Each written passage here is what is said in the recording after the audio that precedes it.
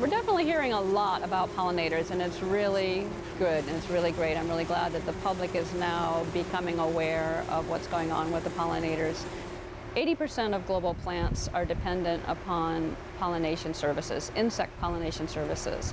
So imagine if we lost 80% of our species, what would we have? And it wouldn't be just about we humans, but the whole biodiversity of all. Think of all of the wildlife that is dependent upon fruit production, and the pollinators themselves are actually food. Most of our birds in their will feed their babies, larvae stage pollinators. So think of the whole bird population as if we didn't have pollinators, if we didn't have the insect population, we would not have, and the scale just continues to go up. Our biodiversity would just die.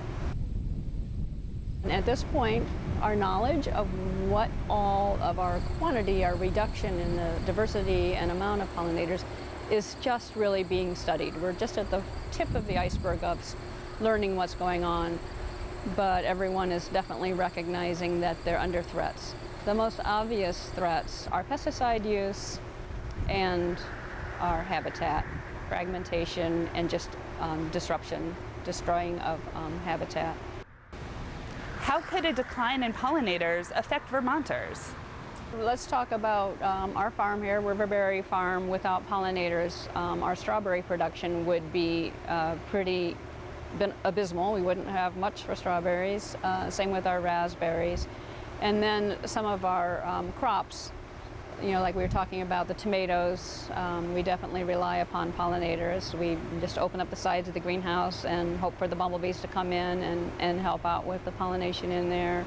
Certainly with our eggplants and our peppers, with our melons, without melons, our squash plants. All of the squash family is dependent upon a specific bee. It's a squash bee. It's a native bee. It's not something we introduce or manage. It's something we need to have in the landscape so that we can get all of our squashes, both the summers and winter squashes. So yeah, we wouldn't actually be able to have much food production if we didn't have more pollinators. So it's important on our farm that we try to maintain habitat. We're trying to maintain habitat within 300 feet of every portion of our farm, because that's what we consider a reasonable flying distance for bees. Some can go several miles, but some can only go a short distance. So we're working to try to create this whole mosaic, sort of corridors and patches of habitat within our farm. What does pollinator habitat look like?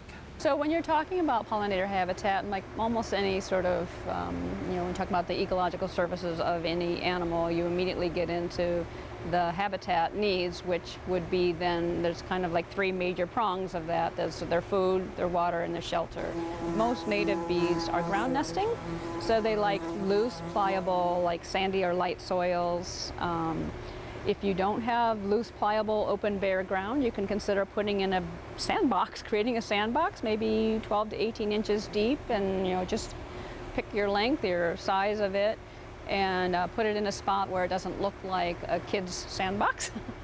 Because you really don't want ground nesting bees interacting with people. They're generally not super aggressive. Most of them are solitary. They nest individually. Bumblebees will have more complex nesting sites, and they're really attracted to like mouse dens, old mouse dens, or any kind of cavities. The other 20–30% of native bees are going to be looking for hollow-stemmed or pithy-stemmed plants like raspberries, elderberry, sumac. So keeping a lot of those native wild areas. Anything else that you want people to know about what the problem is or what the solution might look like? I think it's really exciting, the idea of people getting out and just starting looking, paying attention.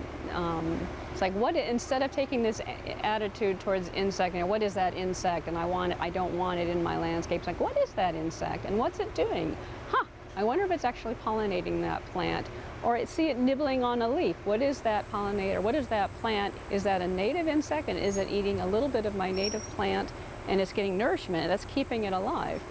Changing our aesthetic about our landscape and thinking of it as a habitat not just for us, but habitat for all kinds of organisms will be such a change in our attitude that we will learn to love looking at the life that we create in our landscape.